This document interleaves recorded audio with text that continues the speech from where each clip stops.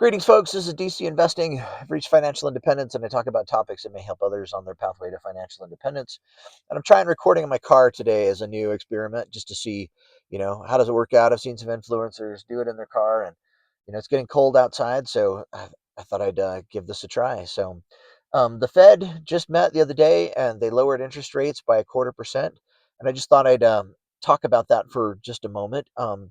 If you have been trying to earn money market account rates, you just got a pay cut, or if you're in a CD, once that CD renews, you got a pay cut. If you buy T-bills, you got a pay cut.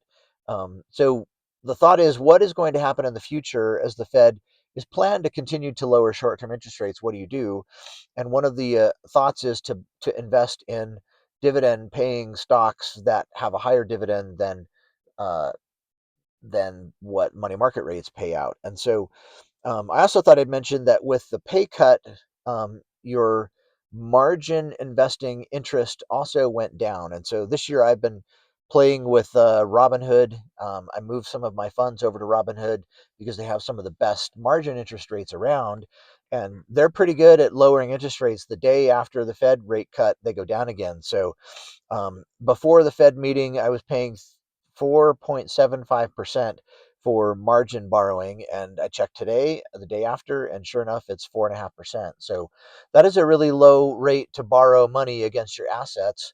And what could you do with that? So in general, if you, let's say you're a younger investor and you have $10,000 to invest, if you put that 10 grand in Robinhood, Robinhood will give you another $10,000 of buying ability that you could use to buy some more stock assets. And so then you kind of get twice your ability. If you're uh, what is it, paying 4.5% to buy something like Chevron, that also pays a dividend of 4.5%. Well, basically the margin costs you nothing, and then hopefully your stock goes up or down. So that's not the best strategy, I would say, but there's other companies out there that pay more. So if you invested instead in something like a Petrobras Brazil, which I think is PBR is the ticker, it has a 9% dividend rate. So if you borrow at 4.5%, but you get 9.1%, that's a pretty good dividend arbitrage. And so it's just an idea of what a younger person might do. If you, I think you have to borrow over $100,000 to get that low rate. So if you have 100 grand, put that in your account and you borrow another 100 grand, then you get that, um, that 4.5% rate, but it can make a big difference on your total return. I really like oil pipelines, and there's a couple of ETFs that I have used and like. One of them is ticker MLPA.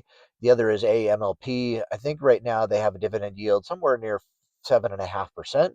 So, in that situation, if you borrow, say, 100K from Robinhood, you only pay 4.5% on your margin account rate, but the pipelines pay 7.5%, then you definitely clear, what is that, 3% annually of a profit by borrowing money from somebody else. So that is a way to kind of potentially get ahead.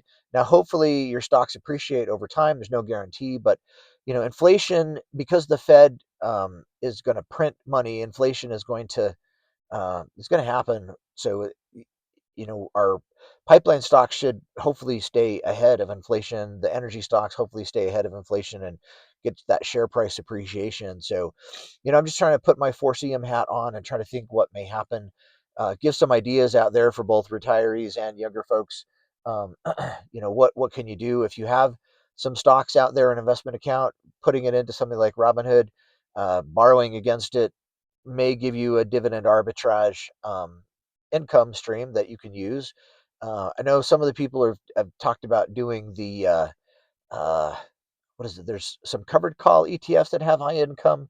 I really don't like those. I've dabbled with them a little bit, but the NAV seems to erode, which is your share price. So be really careful about high dividend things overall.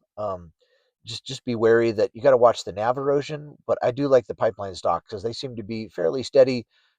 There's the dividend yields are based upon income to move energy around the country. So I like those, and I do think oil drillers may come back into favor over the next while. So there's some ideas. Fed lowered rates makes borrowing costs lower, um, and that borrowing being lower also helps out companies like the oil drillers, because then their cost of capital goes down as well. So that can provide a tailwind, and also retirees looking for more yield, that can be provide a tailwind. So over the next while, it may be a good time to be in dividend payers, and if you can get a dividend arbitrage, borrow extra funding through your margin accounts, it might be a time to do that. So there's just some thoughts for today. Like, subscribe. Thanks for being here. We'll see you. Bye.